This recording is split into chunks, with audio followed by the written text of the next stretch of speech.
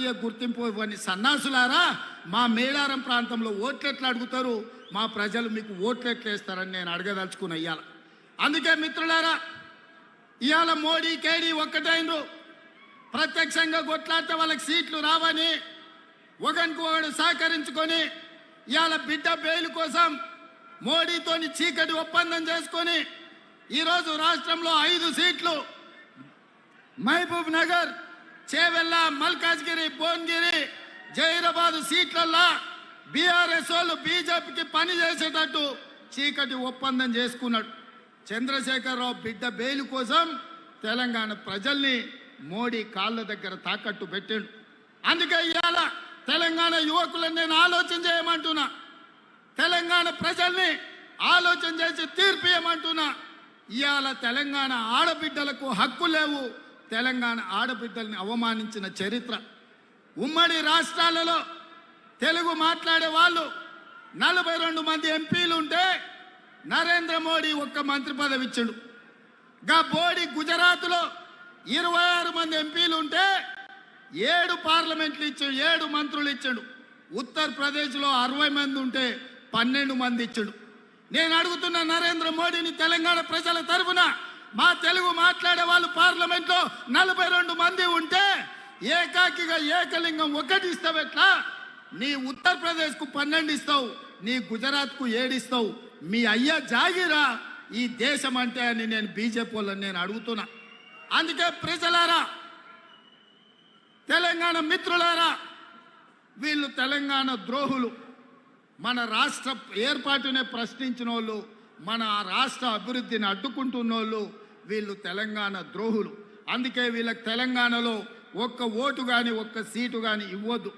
ఇవాళ కాంగ్రెస్ పార్టీ మీకు తెలుసు, 60 ఏళ్ల పోరాటం, వందలాది మంది ప్రాణ త్యాగాలు, ఆత్మ బలిదానాలు జరుగుతుంటే చూసి తల్లడిల్లి ఒక పక్కన బలరాం నాయక్, సురేష్ శెట్కర్, పొన్నం ప్రభాకర్, మధు యాస్కి ఇలాంటి ఎంపీలందరూ కలిసి సోనియా గాంధీ గారి దగ్గరికి వెళ్ళి కాళ్ళకు దండం పెట్టి, అమ్మా మా పిల్లలు చచ్చిపోతుండ్రు, మేం గ్రామాలకు పోలేము, మా కడుపు కోత మీరు అర్థం చేసుకోండి అంటే ఒక కన్న తల్లిగా కుటుంబ సభ్యులను కోల్పోతే దుఃఖం తెలిసిన దేవతగా తల్లిగా ఇవాళ తెలంగాణ రాష్ట్రాన్ని సోనియా గాంధీ గారు ఇచ్చారు.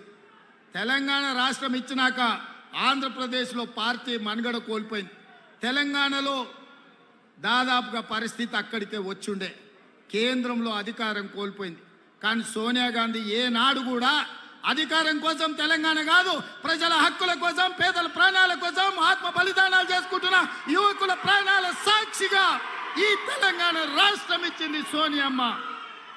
నేను అడుగుతున్న మా మహబూబాబాద్ సోదరులను, తెలంగాణ రాష్ట్రం ఇచ్చిన తల్లిగా ఆమె బిడ్డ ఈ దేశానికి ప్రధానమంత్రి కాబోతున్నాడు. ఆమె బిడ్డను ప్రధానమంత్రిని చేయాల్సిన బాధ్యత మన మీద లేదా? మహబూబాబాద్లో గెలిపించాల్సిన బాధ్యత మన మీద లేదా అని నేను అడుగుతున్నా. అందుకే మిత్రులారా, జూన్ 4 నాడు ఫలితాలు వస్తాయి. జూన్ 9 నాడు ఎర్రకోట మీద 3 రంగుల జెండా ఎగరేసి రాహుల్ గాంధీ దేశానికి ప్రధానమంత్రి కాబోతున్నాడు. ఆ పండుగలో 14 మంది ఎంపీలను నేను, మా తుమ్మల గారు, మా పొంగులేటి గారు 14 మందిని ఎంబడి పెట్టుకొని ఆ పండుగకు పోవాలి, మీరు మద్దతు ఇవ్వాలి అని నేను అడుగుతున్నా. ఇదేమన్నా తప్ప అని మిత్రులను నేను అడుగుతున్నా.